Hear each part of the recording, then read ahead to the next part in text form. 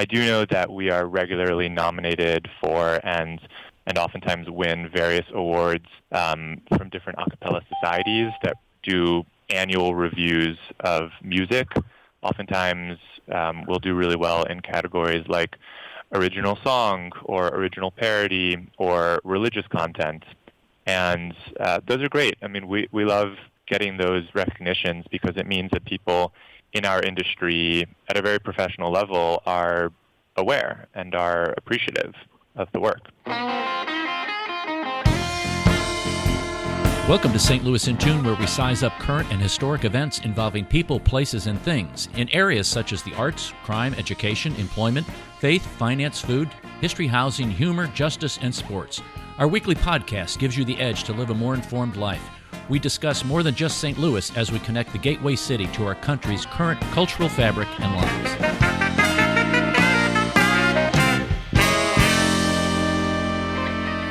Folks, if you've been around a little bit, you've known there are a variety of holiday songs, whether they are Christmas or Hanukkah related. And one of the most outstanding songs I think I've ever heard is the Bohemian Hanukkah, a takeoff on Bohemian Rhapsody. And that is done by the group 613. And just to kind of give you a little bit about 613, they're an 8 award-winning album group. They are New York City based. They performed on the Today Show, The View, CBS, CNN, performed at the White House, Kennedy Center, all over the place. And a group of 6 guys. And we happen to have their bass vocalist on the line, and he's a St. Louis native, which is an even better thing. Lior Melnick, welcome to St. Louis in Tune. Thank you so much, Arnold. Thanks for having me. Now, folks, I want to give you a little background. You know, Lior, and you can say this, though, but you're not just a vocalist. You're a transportation engineer at VHB in New York City, big firm, planner, designer, with engineers and scientists, and you are the full-time consultant to the Port Authority of New York and New Jersey on the $16 billion JFK Airport redevelopment. That's a chunk, man. It's definitely a chunk. Definitely. So tell us about 613. Give us a little background. Sure. So 613 has been around since 2003, long before I was even aware of what a cappella is or could be for me. I joined the group 2 years ago, and at this point I'm the second newest member. However, the group's founder, Mike Boxer, has remained in the group since its inception, since he created it, with a group of other students that were friends of his, singing friends at the Binghamton University. And the group was founded in order to create space for Jewish music in the a cappella world in a way that it didn't exist at the time. 613 really was the groundbreaking group in so many ways as far as defining the genre of Jewish a cappella music. And we're very proud of that history. I'm very proud of that history. And also, we do a lot of cool things. I mean, a lot of what people know us for in the popular sense is the usually Hanukkah time holiday parody videos that we put out. Of course, those have some kind of viral reach and shared around, and they're very, very fun, and we love making them. But there's an entire other side of the music that we make, which is original music, which is something that very few other groups in our space of Jewish a cappella do, and it's something that we're very proud of as far as innovators in the world of Jewish music. Now, you sing bass, and all of the other vocalists, there's no instrumentals going on. It's all a cappella, like you said. What in the world, the sounds that you get, how does that happen?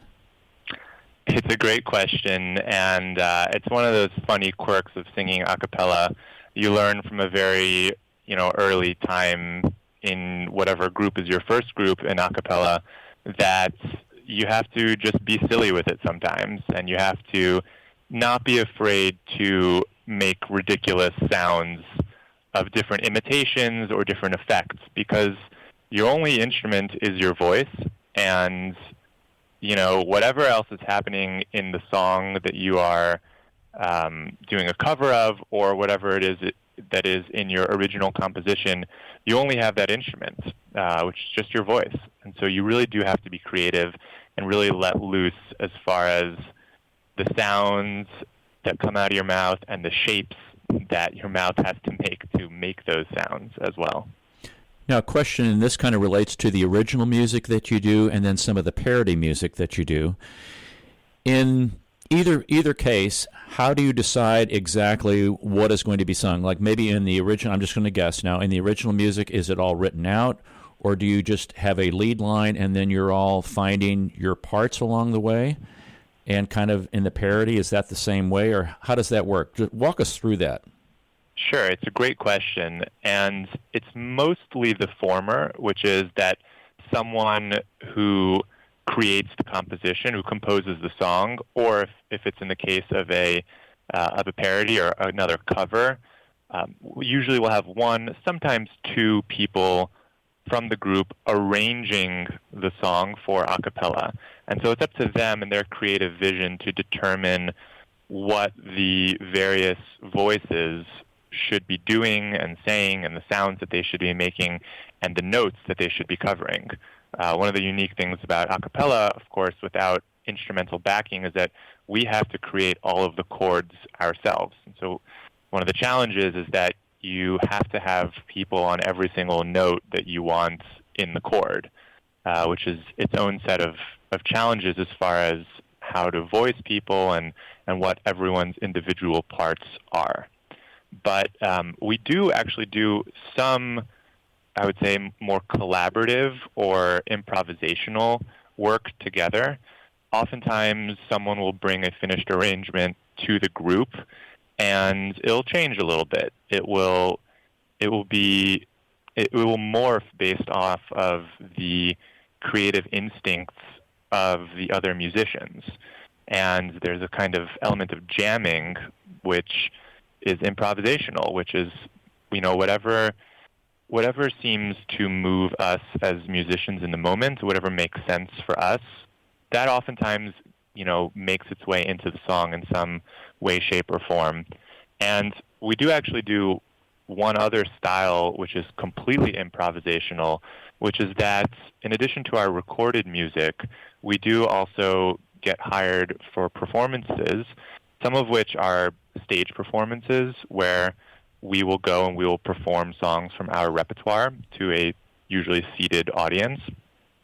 But we also get booked for different kinds of celebratory events within the Jewish world. So something like a bar mitzvah celebration, where there is a lunch after the services at the synagogue, and we will be the entertainment. And so what that means is that we'll go from table to table and take song requests. And these we do not have prepared. We oftentimes have never ever sung the song before. Sometimes some of the people who are there, in the group that day are not even familiar with the song or know it super, super well. But if enough people do know it, we'll usually, give it a stab. And that's entirely improvisational. And so there does need to be a really strong chemistry of working together and understanding, I'm a lower voice, I'm going to cover these sets of notes, or, I'm a higher voice, and so therefore I'm going to cover these sets of notes. What a lot of fun to be at a table listening to you guys after, play this or sing this song, and then you guys just pull that off. That's really speaks to your musicianship and the ability of how you all communicate. So when do you practice? Because you all have full-time jobs. Yes. We practice at a minimum one time per month, which doesn't sound like a lot, and most of the time it isn't a lot. There is a expectation that there will be a lot of part learning prior to rehearsals, and that each of us will come to rehearsals prepared with what we're going to be working on that day.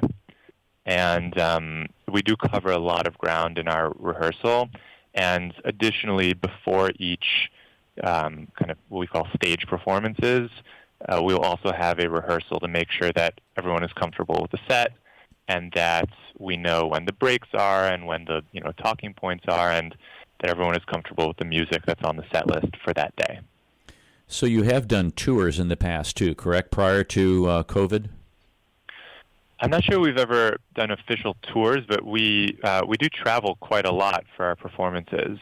Usually they're one-offs, though, where a specific venue or community will hire us to come for entertainment. Now, you've gotten a lot of accomplishments and awards. As you've experienced and been with the group, what has been some of the highlights from your perspective related to that?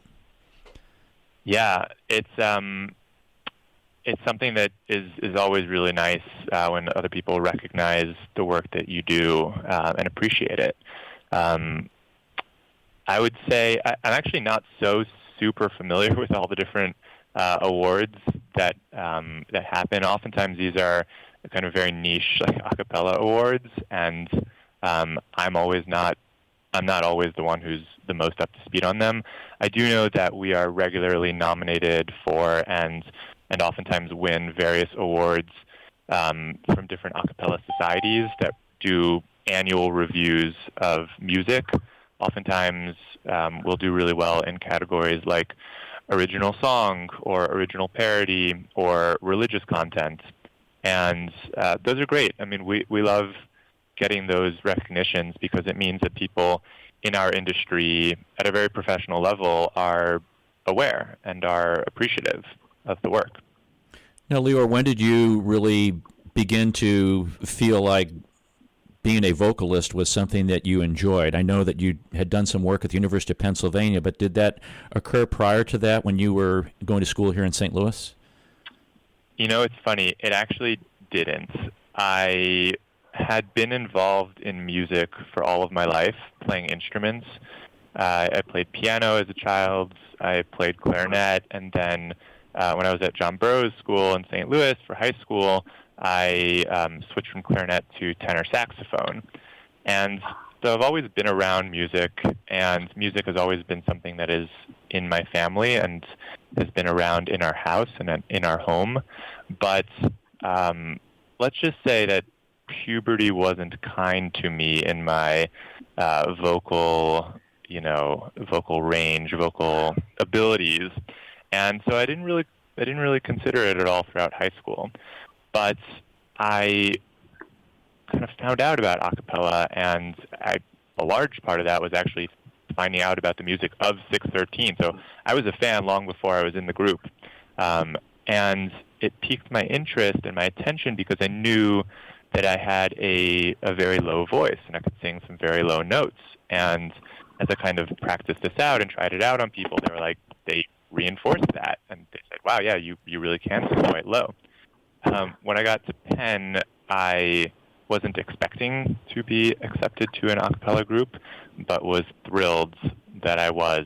And I consider it the best blessing that came out of my time at the University of Pennsylvania because it was an incredible experience in its own right during those 4 years, and have incredible friendships with people still to this day that we get together regularly to hang out or to sing or both.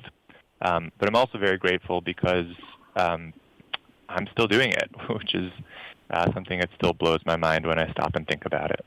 And it's really become a very popular, what I would call style in not a cappella as a style, but how harmony singing like this without instruments is becoming, I think, a lot more prominent. I've seen a lot more of that, and especially with what I'm going to call, beatboxing kind of phenomena that has occurred and brought in, back from 20 years. Do you see that as you go around or as you listen to other kinds of music or hear other kinds of a cappella groups? Yeah, I think the popularity has definitely taken on a whole new level, and it's really incredible to be in this space during this moment in time. I'm not sure exactly when if or when you can pinpoint the kind of beginning of a cappella in its modern sense, but I would credit a lot of it, if not all of it, to the group Rockapella that started in the late 80s and popularized the genre in the 90s. At that time, however, like they were really the only ones, at least succeeding on the scale that that they were succeeding at. And since then, though, in the mid-2000s, I would say it really took off at the college level, which then, now as we've all grown up and have continued on into our lives, has continued to popularize that and make it more appealing to the general populace. Now, your other hobby, I guess, as I would call it, would be photography. Where did that come from? Where did that come from? I was just explaining this to someone the other day. Where did it come from? It came mostly from family trips. My mother was always the family photographer throughout my childhood, and I'm the oldest child of four, and so, in the rare times when my mom would allow someone else to take the photo other than her, it oftentimes fell to me as the oldest, and I was happy to do it. I think that in itself sparked an interest and a curiosity about it, and from a creative sense that really appealed to me. And kind of ran with it from there. Got my first, professional level camera after I graduated from college, and since then I've turned it into a bit of a side business for me, with various opportunities to shoot events and or portraits for people. And it really, along with a cappella, I would say it really complements my work, my professional work, which is mostly very analytical. It complements with a very nice creative component.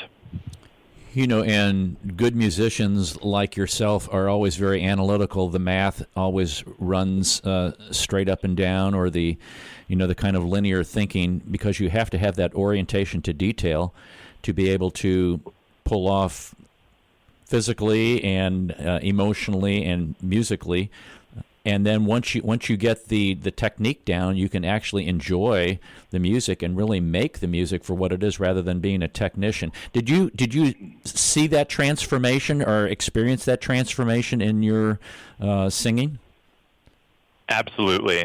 I would say throughout my time at the University of Pennsylvania, I was so focused on just getting it right and doing it right that it wasn't toward the end of my time there where I started to lean into the musicianship component and to really embellish the music and make my bass parts not just, note for note exactly as intended by the arranger, to really, add my own flair to it or my own perspective, and to bend notes, so to speak, here and there, and to slide around a little bit more, and just to have more fun with it. And once the element of fun was the leading element, instead of the element of must get the notes right, I think that really changed perspective. I will say, however, singing a cappella is still quite challenging. Yes. And it requires a lot of practice to be able to, even with a new song, it doesn't matter that I've been doing this now for 11 years. Anytime you learn a new song, you have to practice it a lot in order to be comfortable just with the bare minimum, which is getting the notes right, notes and rhythm. And then after that, once you're at a place where you're comfortable with it, that's when you can really take off and start performing it instead of mostly just singing it. It still requires, intensive listening, intensive, detail to getting all the dynamics right and how your part fits into the whole. It's not like you're just singing your line and that's the melody. There's a lot of other things that are going on with that. Now this question, because you do sing the bass part, and I'm not going to imitate that on some of the things that you do, but because you're a lot of sometimes percussive, or sometimes you're imitating the bass of an electric bass or maybe an upright bass. But as you've done that, and the question's moving to how you got into the group, and Was there an audition to get into the group, and exactly how did that audition work, if it was one? There was an audition, and my story actually with trying to get into 613 started 5 years prior to the audition that ultimately landed me in the group. I actually, when I moved to New York after college, I of course knew about the group. I was a big fan, and I reached out through a friend to one of the people in the group, and he and I got a drink together, and we chatted. It was great to meet him, and I of course also told him, I was like, look, I want to join the group. Let me know, please, if and when that opportunity arises. And he was very kind. He said, you have a good resume and everything, but, right now we have bass. But, we'll let you know if and when the time comes. So it was 5 long years later when, and at this point I had already become friendly with several of the guys in the group and had actually sung with them in other a cappella contexts. And so we were familiar with each other. They knew who I was at that point, and they knew my skills and what I could bring to the table. And when there was finally an opening for a bass singer, they invited me and I think only a handful of other people that they knew, kind of a closed audition. And I went in for my 15-minute audition with them. They had asked me to prepare 2 background parts to songs that are in the group's repertoire. One, I would say, was pretty straightforward, and one was really challenging with a lot of chromatic and non-chord notes. And then they also asked for a solo. And I performed those with them. The solo, of course, to see how I am as a soloist and as a performer, and the background parts, because as you were just saying a few moments ago, the listening to each other is absolutely critical in a cappella. And I would say the most important thing for an a cappella group is to have blend. You have to be able to blend with each other. And sometimes someone can be a great singer and really talented and a really good background singer even, but if they don't have the right vocal quality, the right vocal tone that fits in with the group, it can make it a no-go. And that's oftentimes challenging to tell people. But the blends worked in this case, and I was thrilled that they accepted me. Well, we're thrilled that they accepted you too. We're proud of you in St. Louis here. We've been talking to Lior Melnick. He is the bass vocalist for the group 613. They juxtapose traditional and contemporary Jewish music with a strong Jewish identity. They're fueled by, I love the soulful harmonies, and they do intricate arrangements. It's crazy, folks. And their signature dynamic, full band-like sound. It is a great mission that you guys have. And Lior, I greatly appreciate you taking time to be on St. Louis in Tune with us. Thank you so much for having me. We appreciate you listening to this episode of St. Louis in Tune. Take time to look at the show notes on the website for everything that was mentioned on this episode. St. Louis in Tune is produced in cooperation with KWRH 92.9 FM and Motif Media Group.